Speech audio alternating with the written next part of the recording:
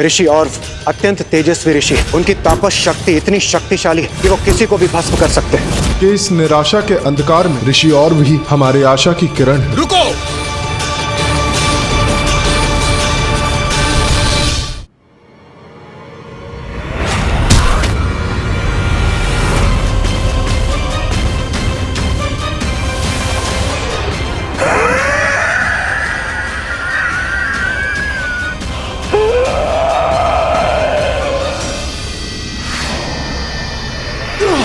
इंद्रदेव! देवराज!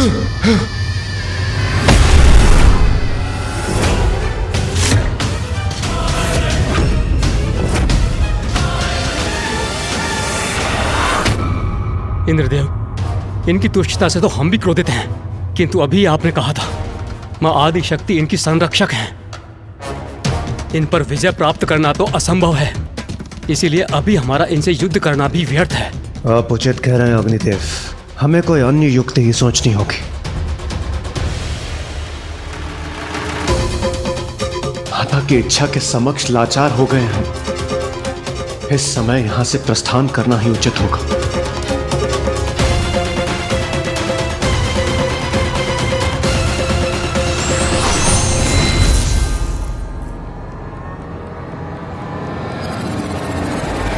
असुर सम्राट की जय! असुर सम्राट की जय! असुर सम्राट की जय! असुर सम्राट की जय! हमारी रक्षा करने के लिए कोटि कोटि प्रणाम माता।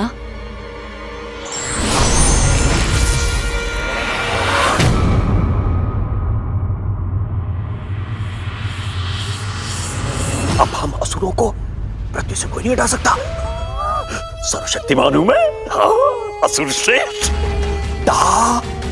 रुक!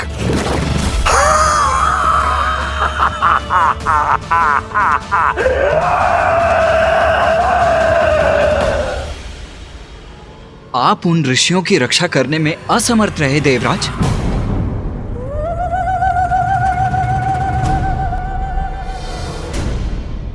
मां, क्या हुआ रे? शांत क्यों है? स्वयं शांत मत रहे। तेरे मन में जो जिज्ञासा है उसे शांत कर। पूछ ले। यह आपकी कैसी विचित्र लीला थी। असुर अपने अत्याचार का विस्तार करते रहे और आपकी सुरक्षा कवच के कारण सुरक्षित भी रहे। देवता ऋषियों की रक्षा करने में भी असमर्थ हो गए। तुझे ये ज्ञात होना चाहिए कि मैं जो भी करती हूँ उसके पीछे कोई बड़ा कारण अवश्य होता है।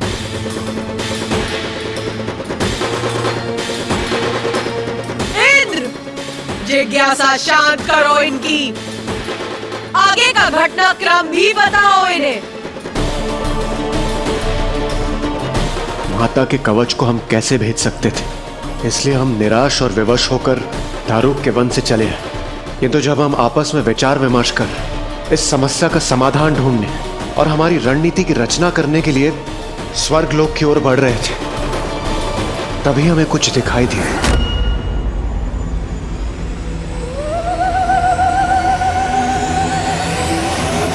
हाँ, दारुक और उसके असुरों के द्वारा फैलाए गए विनाश के मध्य में उन सब से अनछुआ पावन आश्रम। क्या? एक आश्रम देखा आपने? किंतु पृथ्वी पर तो अनेकों आश्रम हैं। यदि एक आश्रम और था तो इसमें असाधारण क्या था?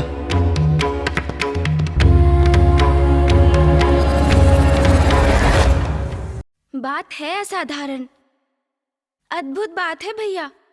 इतनी साधारण घटना में गणेश को क्या असाधारण दिखाई दे रहा है? दारुक ने पृथ्वी को आतंकित कर दिया था। चहु दिशाओं में विनाश ही विनाश किया था उसने। उसके असुर सैनिकों ने सभी ऋषि मुनियों को बंदी बना लिया था। उनके आश्रम भी नष्ट कर दिए थे। ऐसी अवस्था में यदि देवताओं को इस विनाश से अनछुआ आश्रम दिखाई दिया तो ये तो वास्तव में बहुत ही अद्भुत घटना है भैया। हाँ, ये तो गणेश उचित कह रहा है। इतने विनाश में वो आश्रम कैसे सुरक्षित रहा? वो किसका आश्रम था माता?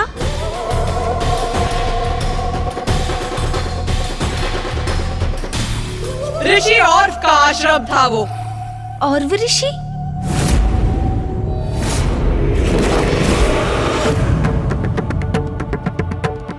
उस आश्रम को देखकर हम आश्चर्यचकित थे, जो इस विनाश के मध्य अनछुआ खड़ा था, जिसे देखकर हमारे मन में एक जिज्ञासा जागी और हमारी जिज्ञासा को देव ऋषि नारद ने शांत किया।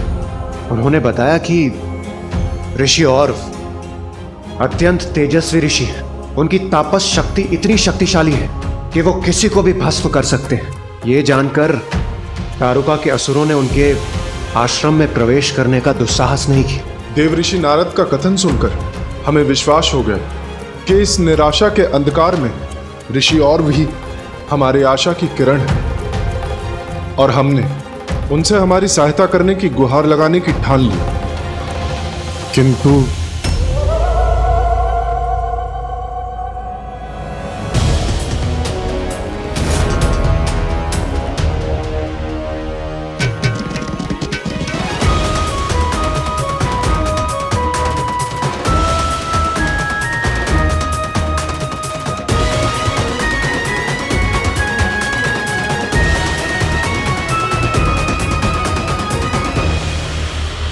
रुको रुको रुको!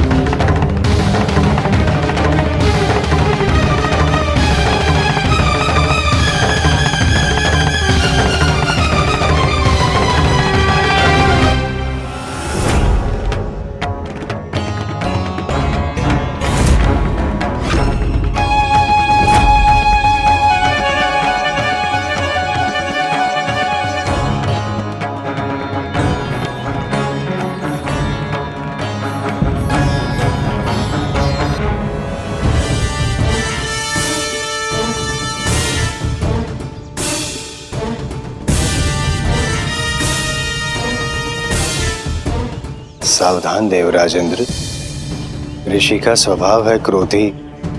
हस्तक्षेप करके ना बनिएगा उनके विरोधी।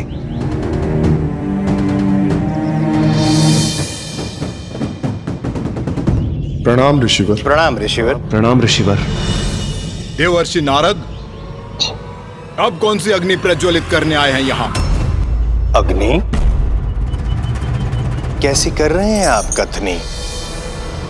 ऋषिवर, आपको भी ज्ञात है कि मैं जो भी कहता हूं, जो भी करता हूं, केवल जगत कल्याण की मंशा रखता हूं। जो मुझे दिखाई दे रहा है उसके अनुसार तो आप और आपके देवताओं की ये टोली मेरे स्थान पर मेरी अनुमति के बिना प्रवेश करने वाले थे। इसमें भला कौन सा जगत कल्याण छिपा है? इस प्रश्न का उत्तर यदि देवराज इंद्र दे तो उचित रहेगा। क्षमा कीजिए ऋषिवर, संकट भारी है। हम सभी देवता आपके समक्ष सहायता की गुहार लगाने आए। आपको तो अवश्य ज्ञात होगा पूरी पृथ्वी पर कैसा उत्पात मचा है।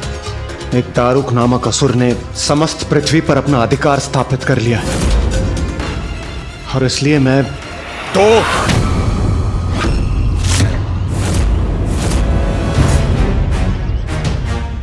आप सभी देवता तो योद्धा हैं। आपको उस असुर को पराजित कर पृथ्वी से खदेड़ देना चाहिए। इसमें भला मैं क्या कर सकता हूं?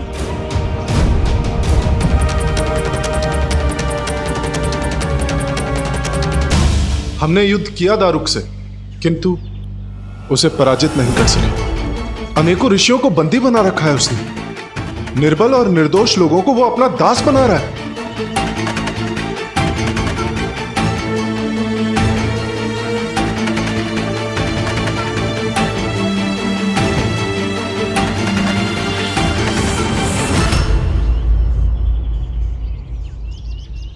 ऐसी स्थिति में उन ऋषियों को मां आदि शक्ति की आराधना कर उनसे सहायता प्राप्त करनी चाहिए। जैसा कि मैंने पूर्व में कहा था, ऐसी घटना में मेरे हस्तक्षेप का कोई स्थान नहीं है। देवराज, हमें मार्ग दीजिए। किंतु ऋषिवर,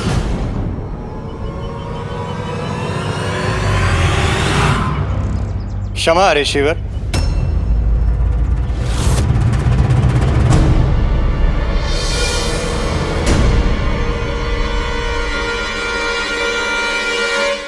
देवताओं की समस्या भी अस्थान पर नहीं है ऋषिवर। समस्त देवता और ऋषि मां आदिशक्ति की पूजा अर्चना करते हैं, किंतु जब मां आदिशक्ति असुरों की रक्षा करने के लिए सुनिश्चित है तो क्या करें?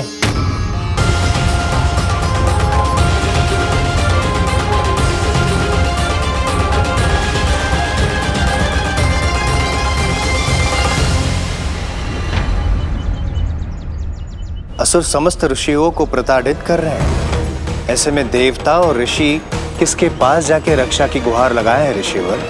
मां आदिशक्ति असुरों की रक्षक बनी हुई है, परंतु यह कैसे संभव है?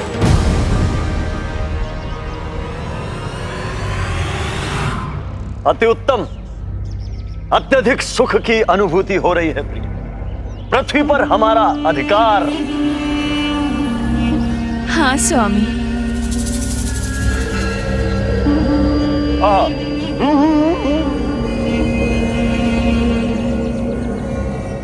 अति उत्तम है ये मांसाहारी आहार इस पृथ्वी का। वाह!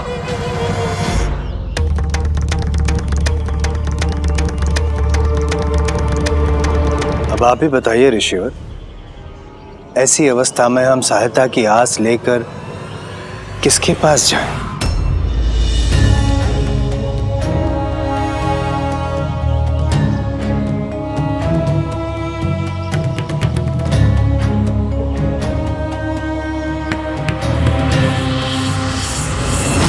कदाचित ऋषिवर इस समस्या का समाधान करने के लिए समर्थ नहीं है। कदाचित वे स्वयं ही विवश है। इसी कारण हमें इस समस्या में ऋषिवर को सम्मिलित नहीं करना चाहिए। जैसी हमारी नियति, हम कोई और उपाय ढूंढ लेंगे। आइए।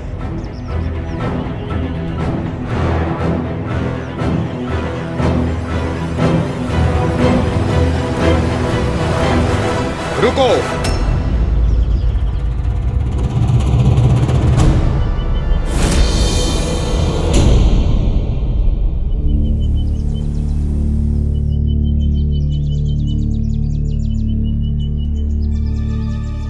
आ गया ऋषिवर।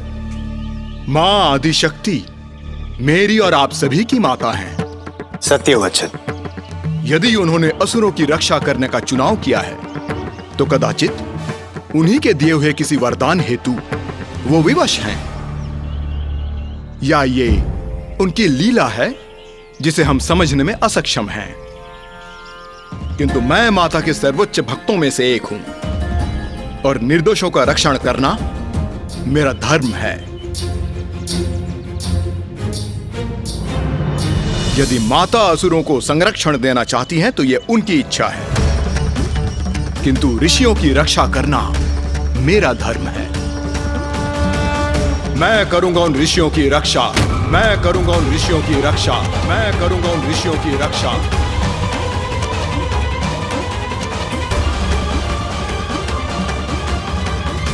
आभार ऋषिवर। धन्यवाद ऋषि। धन्यवाद ऋषिवर।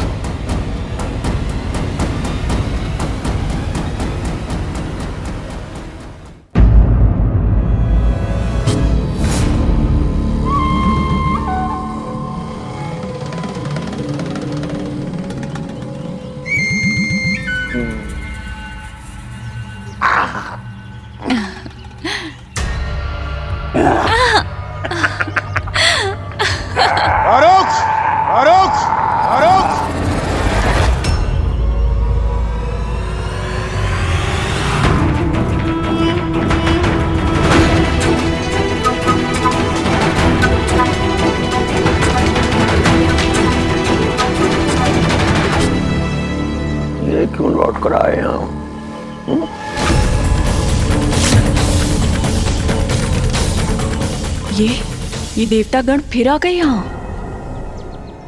अब तुम्हारे आतंक से मुक्त होने का समय आ गया है दारुक।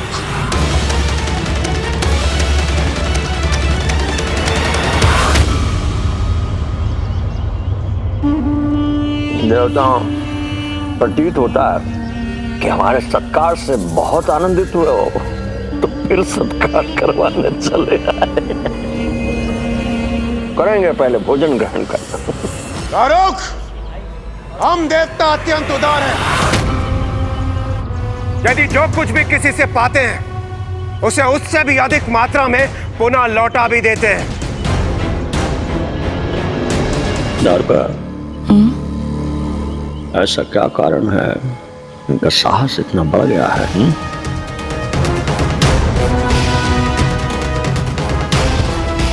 किसके बल पर इतना उत्साहित हैं ये देवगण कि फिर से हमारा सामना करने चले आए?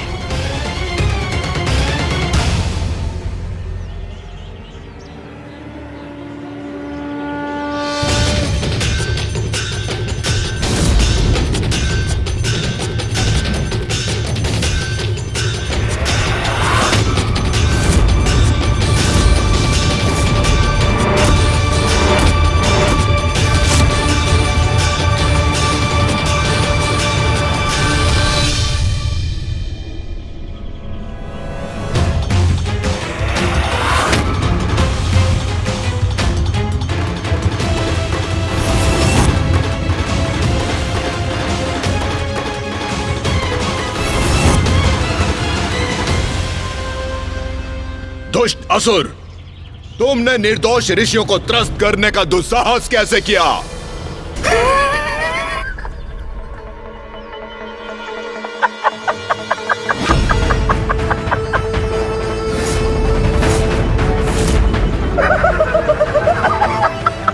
इस दुष्ट का यह अट्टहास असहनीय है मेरे लिए।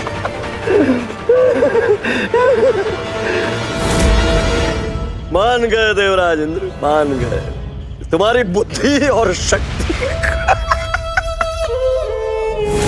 अरे तेजस्वी सूर्य देव, प्रचंड ताप से संपन्न अग्निदेव, द्रुत गति से संपन्न वायुदेव, अति शक्तिशाली वरुण देव, जब ये मुझे पराजित नहीं कर पाए तो तुम किसे पगला?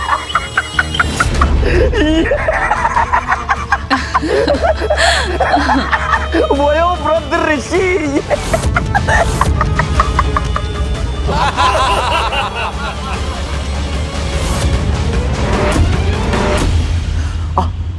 अच्छा।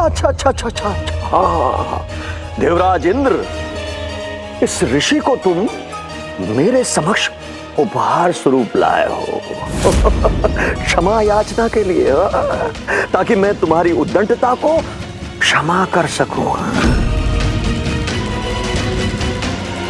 तुम बड़े चतुर हो देवराज इंद्र। तुम जानते हो कि मुझे इन ऋषियों का कोमल मांस कितना प्रिय लगता है।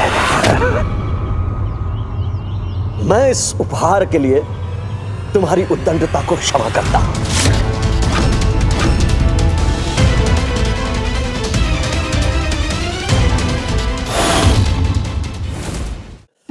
अच्छा देवराज इंद्र, पहले इस ऋषि को मेरे निकट लाओ, मैं देखूं तो सही ये मेरे खाने योग्य है या मेरे दास बनने योग्य है कि हमेशा मैं इससे अपनी सेवा करवाता रहूं।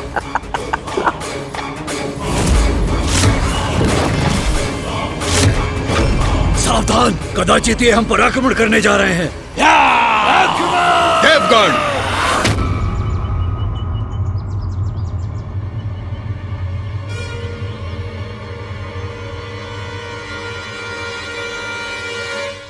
इनके और मेरे मध्य कोई नहीं आएगा, कोई भी नहीं। आप सभी समझ गए ना? मेरे इस आदेश का उल्लंघन नहीं होना चाहिए। उचित है ऋषिवर।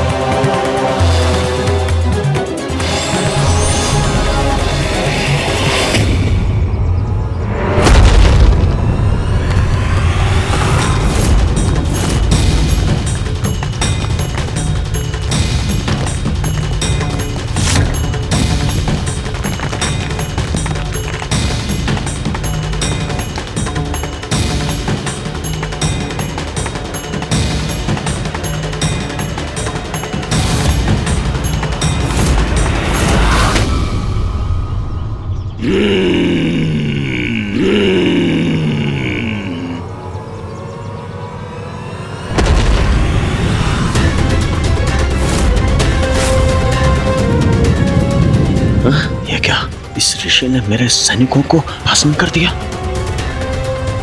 इन दुष्टों के विनाश का आरंभ है ये।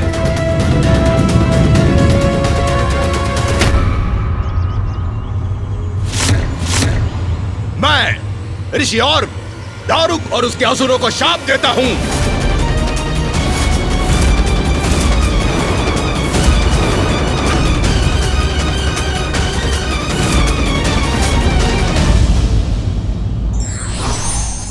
अहंकार और बल का मद व्यक्ति के विवेक को हर कर उसके सोचने और समझने की क्षमता को नष्ट कर देता है।